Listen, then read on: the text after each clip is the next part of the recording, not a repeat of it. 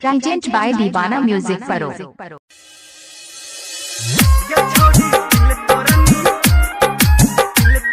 माँ Gayatri recording studio Kanchan Ibrahimpur. अभी आप सुन रहे हैं दीवाना म्यूजिक परो की शानदार प्रस्तुति। छोड़ी दिल तोरनी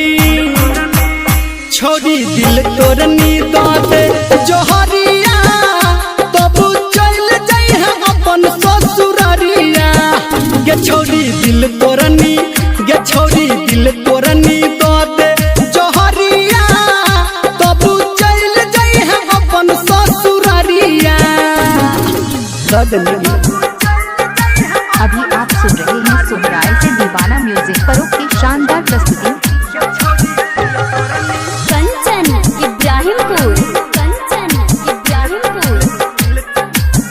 अभी आप सुन रहे हैं सावरिया म्यूजिक।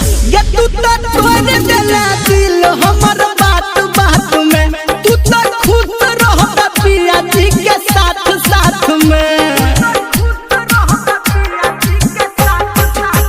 ये तू तो तोड़ देला दिल हमर बात में, तू तो खुद रहता पिया जी के साथ में। कोना ले बहुत बता दे खबरिया तब चल जाई है अपन ससुरारिया। गे छोड़ी दिल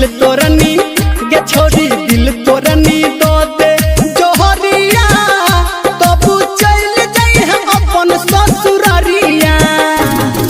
बुझली गे। अभी आप सुन रहे हैं दीवाना म्यूजिक परो की शानदार प्रस्तुति। कंचन इब्राहिमपुर। अभी आप सुन रहे हैं धर्मेंद्र निर्मलिया को। ये तू तो तोरा में बियाह अपन धूमधाम से, ये तू तोरा लगता डाह आप हमरा नाम से। ये तू तोरा में बियाह अपन धूमधाम से, आप तोरा लगता डाह तू के हमरा नाम से। ये कने रुकना कहो निरमलिया तब चल जाई है अपन ससुरारिया। छोड़ी दिल तोरनी